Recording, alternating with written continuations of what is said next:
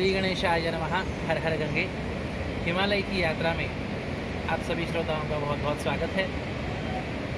हिमालय की यात्रा में आज जहाँ से गंगा जी का उद्गम होता है वह परम पावनी स्थल श्री गंगोत्री धाम, इस धाम में हम आए हैं जहाँ से गंगा जी का उद्गम होता है, जहाँ से गंगा जी उत्पन्न हुई, जहाँ से गंगा जी अवतरित हुई, वह स्थान यह गंगोत्री जी का स्थान है।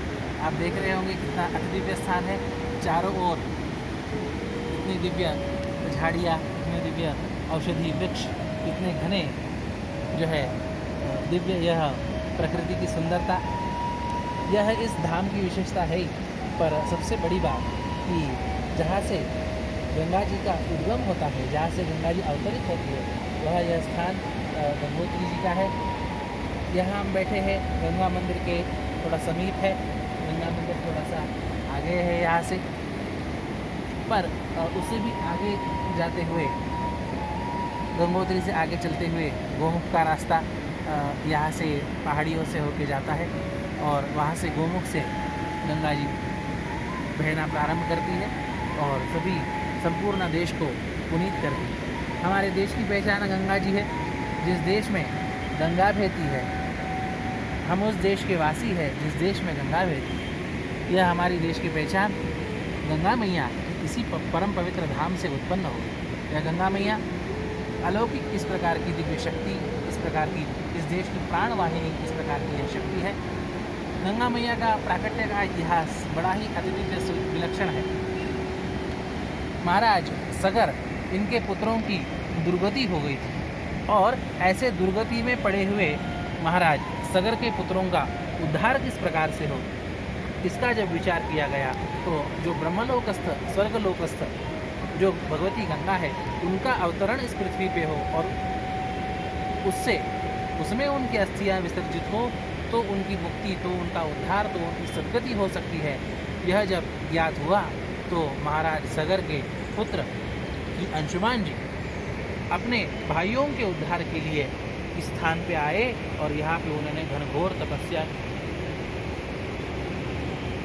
उनका संपूर्ण जीवन तपस्या में व्यतीत हो गया और व्यतीत होने के बाद गंगा जी का प्राकट्य नहीं हुआ। उन अंशुमान महाराज के पुत्र दिलीप जी वह भी यहाँ आए। उन्होंने अपना जीवन गंगा जी के अवतरण के लिए तपस्या करने में व्यतीत किया।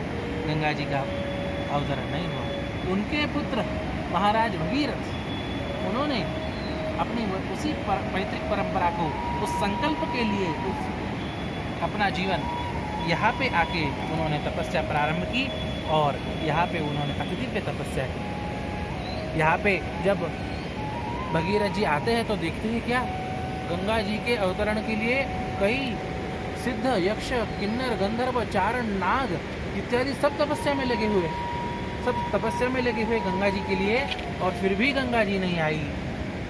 भगीरथ महाराज ने हिम्मत नहीं हारी और उन्होंने निश्चय किया कुछ भी हो मुझे तप करना है, और उन्होंने घनघोर तपस्या की। उसके फलस्वरूप गंगा मैया को उनकी प्रार्थना सुननी पड़ी। गंगा मैया प्रकट होती है और कहती है कि ठीक है, तुम्हारा आग्रह मैं आऊँगी, पर मेरे वेग को कौन धारण करेगा। तब शिवजी की प्रार्थना की गई। भोले भंडारी आशुतोष, कृपा करने वाले भगवान शंकर जी यह उनकी विनती मान लेते हैं और अपने विशाल स्वरूप को धारण करते हुए अपने जटाओं के उस विशाल स्वरूप में गंगा जी को धारण करते हैं। गंगा जी के वेग का नियंत्रण करते हैं और वह नियंत्रित धाराएं अलग अलग दिशाओं में भेजते हैं। गंगा जी अलग अलग दिशाओं में बहती है। आज भी हम देखते हैं, जिन्होंने भी गंगा जी का दर्शन किया हो, गंगा जी का वेग आज भी अति प्रचंड है। आज भी गंगा जी का वेग कितना अति प्रचंड है, तो उस समय तो कैसा रहा होगा। महाप्रलय जैसे जितना भयंकर वेग श्री गंगा जी का शंकर जी पर धारण करते हैं। शंकर जी की जटाओं में धारित होकर फिर बहने के कारण उनका नाम जटाशंकरी इस प्रकार से पड़ा। इसी के साथ साथ यह भगीरथ महाराज, उनके पूर्वज, इसी के साथ साथ सिद्ध, यक्ष, गंधर्व, चारण, किन्नर, नाग, इन सभी देवताओं के देवतुल्य इन आत्माओं के तपस्या के कारण यह दिव्य परम पवित्र धाम। और भगीरथ महाराज जी के तपस्या ने तो सबके इस धाम की ऊर्जा के ऊपर सर्वोच्च शिखर भी लगा दिया। स्कंद पुराण में कहा है ओम, एक मिनट मैं ओम, स्कंद पुराण में इस स्थान के लिए कहा गया भगीरथ तपस्थानम त्रिशुलोकेषु विसृतम इदम भूलोक वैकुंठम इति जानीह नारद। स्कंद पुराण में यह वचन आता है कि भगीरथ जी के तपस्या से साक्षात यह पृथ्वी का वैकुंठ है। और पृथ्वी का वैकुंठ है, इस बात से एक बात याद आई। स्वामी वरदानंद भारती जी महाराज नाम के एक बहुत श्रेष्ठ संत यहाँ पे हुए। उत्तर काशी में उनकी समाधि है। 3 दिन समाधि लगा के उन्होंने इस युग में अपना प्राण समाधि लगा के त्यागा। इस प्रकार के श्रेष्ठ योगी, ज्ञानी, भक्त और सिद्ध इस प्रकार के संन्यास्त महात्मा थे। उन्होंने बद्रीनाथ में जाके भगवान श्रीमन नारायण से प्रार्थना की कि प्रभु हमें जो है आप दर्शन देने की कृपा करें। उन महात्मा जी को, अभी की बात है, इसी सन 2000 के आसपास की बात, उन महात्मा जी को यहाँ पे ये जो आप सामने का जो भाग देख रहे हैं वहाँ पे श्रीमन नारायण का उन्हें दर्शन हुआ। फिलहाल वह स्थान गढ़वाल नगर निगम के अंतर्गत वह स्थान आता है और सरकारी वह स्थान है।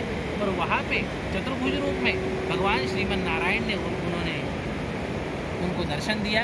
और आज भी जिस स्वरूप में उन्हें दर्शन हुआ था उस स्वरूप को उन्होंने रेखांकित कर रखा है।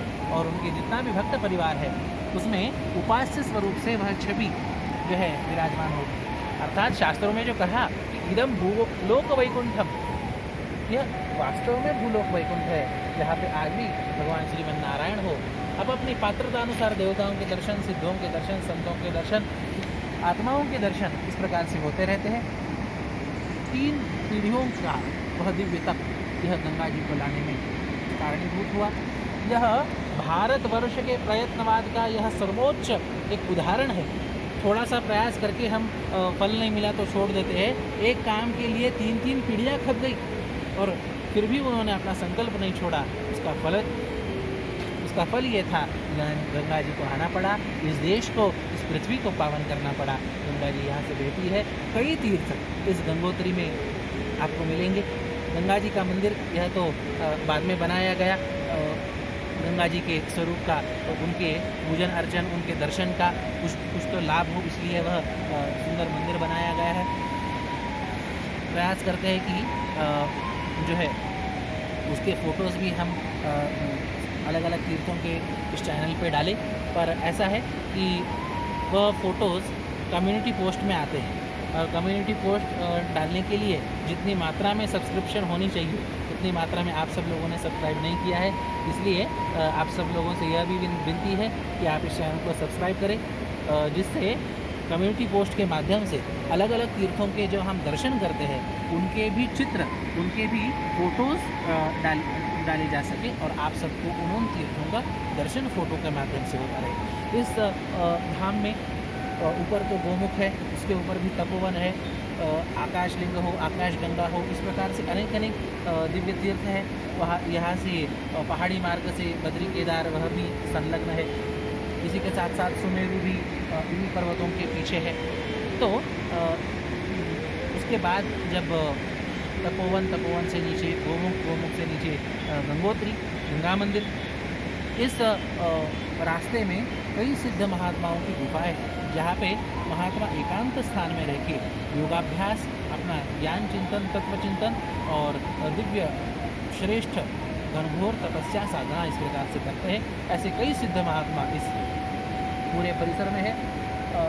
इस तरफ आप देखेंगे तो यह जो गंगा जी बह रही है, तो उधर से केदार गंगा का आगमन हो रहा है। केदार गंगा जी जो केदारनाथ से आती है, उनका आगमन होकर यहाँ पे संगम हो जाता है।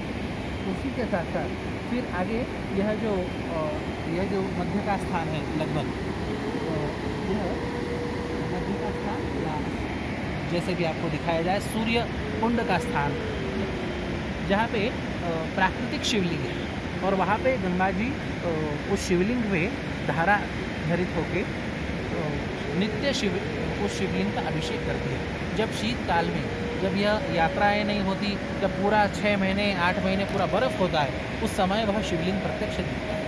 और संपूर्ण गंगा जी मानो बर्फ होती है, और उसमें भी वह अल्प सी धारा वह शिवलिंग का अभिषेक करे, इसका प्रत्यक्ष दर्शन होता है। इसी के साथ साथ आगे इस तरफ जो है गौरी कुंड है। गौरी कुंड वह दिव्य स्थान है जहाँ पे भगवती पार्वती जी ने तपस्या करके भगवान शंकर जी को प्राप्त किया। क्या बताए, इतना महात्म्य है। अरे हमारे देवी देवता उन्होंने भी गंगा जी का जो है लाभ लिया, गंगा जी का सानिध्य प्राप्त किया। भगवती जगत जननी जगदम्बा, इनके बारे में सप्तशती में वर्णन आता है कि जाह्नव्यान स्नातुमभ्यायतो ये जाह्नव्यान नृपनंदन। भगवती जगत जननी जगदम्बा पार्वती दुर्गाम्बा भी गंगा जी में स्नान करने के लिए आती है। इस प्रकार से हमारे देवी देवता भी गंगा जी में स्नान करने के लिए उत्सुक होते हैं, लालायित होते हैं। इतना महात्म्य गंगा जी का है। और उस गंगा जी की यह परम पवित्र भूमि, उद्गम स्थल, यह गंगोत्री, इस दिव्य धाम का हम जो है दर्शन इस माध्यम से कर रहे हैं। इसी के साथ साथ हिमालयन इतनी भव्य आप घनी झाड़ियाँ, जंगल इत्यादि, वृक्ष इत्यादि देख रहे हैं, ये सब के सब दिव्य औषधियाँ हैं। शास्त्रों में कहा कि नास्ति मूलम अनौषधम, ऐसा कोई मूल नहीं कि जो औषधि से गुणों से युक्त न हो। वह अन्य मूलों के लिए तो हो ही सकता है, पर हिमालय के वृक्षों के लिए यह तो संपूर्णतः अक्षरशः यथार्थ रूप में साकार होता है कि यह दिव्य स्थान 6 महीने सामान्य मनुष्य यात्रियों के लिए होते हैं, और इसलिए जो है गर्मी के 6 महीने जो है उसमें इसके कपाट खुले हुए होते हैं, और ठंडी के जो 6 महीने हैं उन 6 महीनों में दीपावली से लेके आगे 6 महीने अक्षय तृतीया तक लगभग जो है देवताओं का यहाँ पे दर्शन का उनकी यात्रा होती है। देवताओं का यहाँ निवास होता है, देवताओं की यहाँ गंगा जी का सेवन, तपस्या इत्यादि होती है। इस प्रकार का यह दिव्य धाम, आइए सभी को आह्वान है कि इस धाम में दर्शन के लिए आइए और अपना पुण्य वर्धित करें। इतनी ही प्रार्थना। हर हर गंगे, बोल गंगे मैया की जय।